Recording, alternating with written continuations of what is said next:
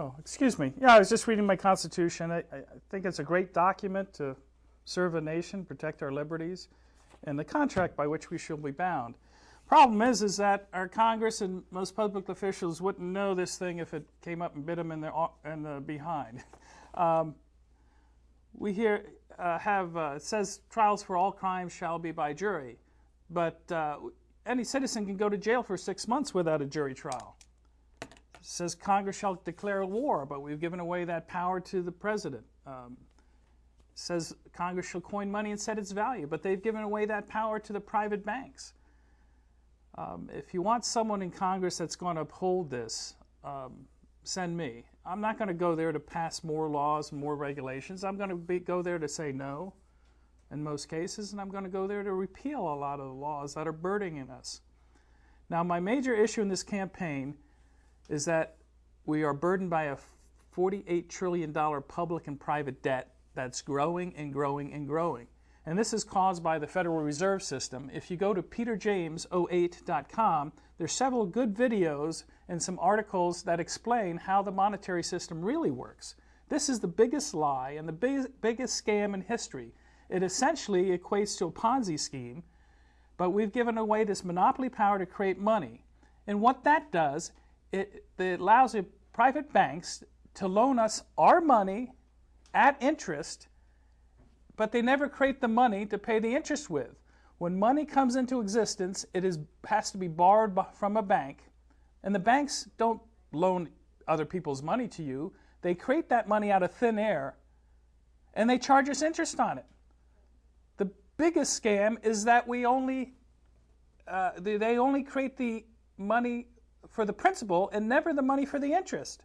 So when that principal is paid back, it goes out of the money supply, but we still have to pay the interest, and there's no money to pay the interest. So what happens? You have to have your houses foreclosed on, you go bankrupt, and we still need to pay this extra interest. So what happens? Every year the debt goes up and up and up.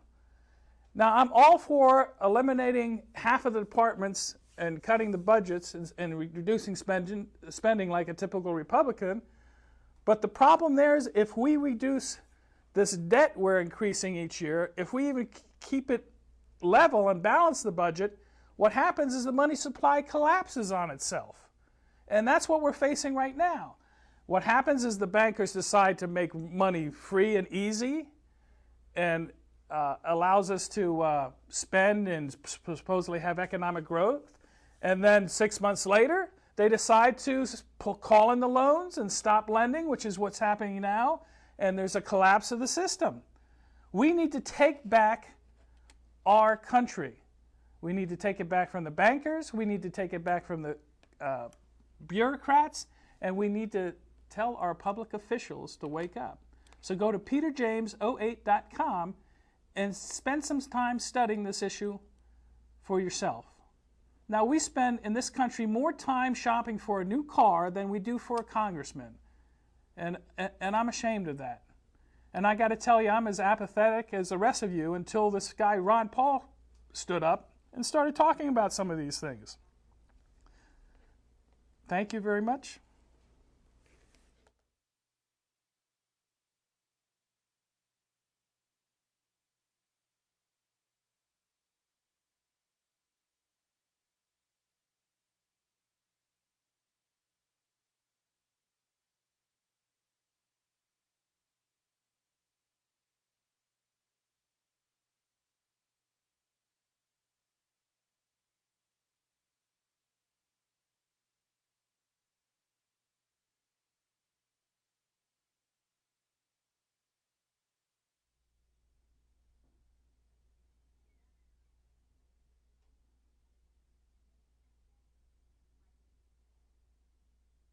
Oh, I didn't notice you there. I was reading my Constitution, and you know, this is a great document. It protects our liberties. It establishes a contract between government and its citizens.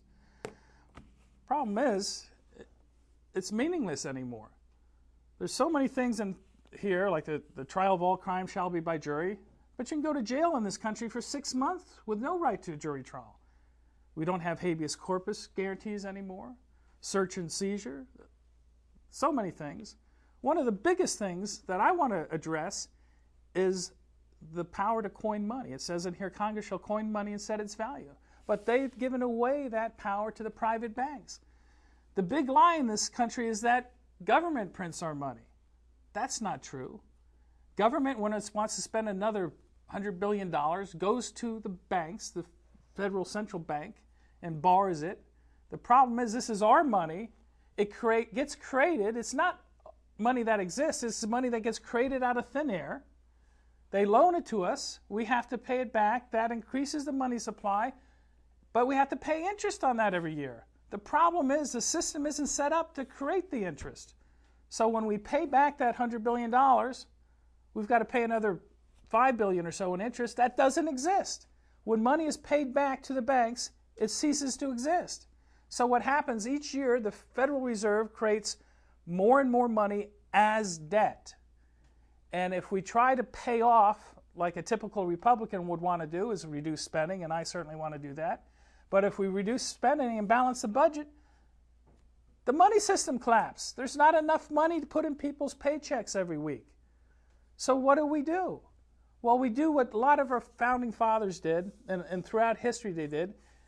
The sovereign power, which is our government, is supposed to issue this money directly.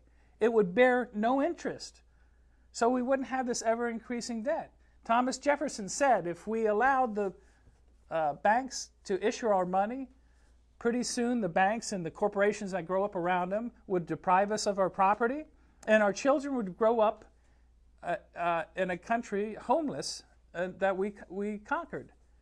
So this is a terrible problem. This money issuance thing was a big issue in politics. The private banks and the federal government fought over this and exchanged hands 8 times. This is the fundamental problem we're facing. There's not enough money for health care. There's not enough money to send your kids to school. We don't have enough money to pay our gas, to pay our mortgages. What we need to do is go back to the constitutionally mandated way of making money. And basically, this will allow us to have free time. If we don't have to have 2 working parents so that we have latchkey kids at home. We don't have to look to the government to supply us with all the things that we can't afford, because we will be able to afford them. So please go to peterjames08.com and find out about this issue. There's great videos that explain it to you, and finally you will wake up. So please, Americans, send somebody who's going to vote no in Congress. Thank you very much. Remember, most people spend more time in this country shopping for a new car than shopping for a congressman. I want you to take the time to go to my website and the other candidates' websites and inform yourself. So thank you very much again for listening.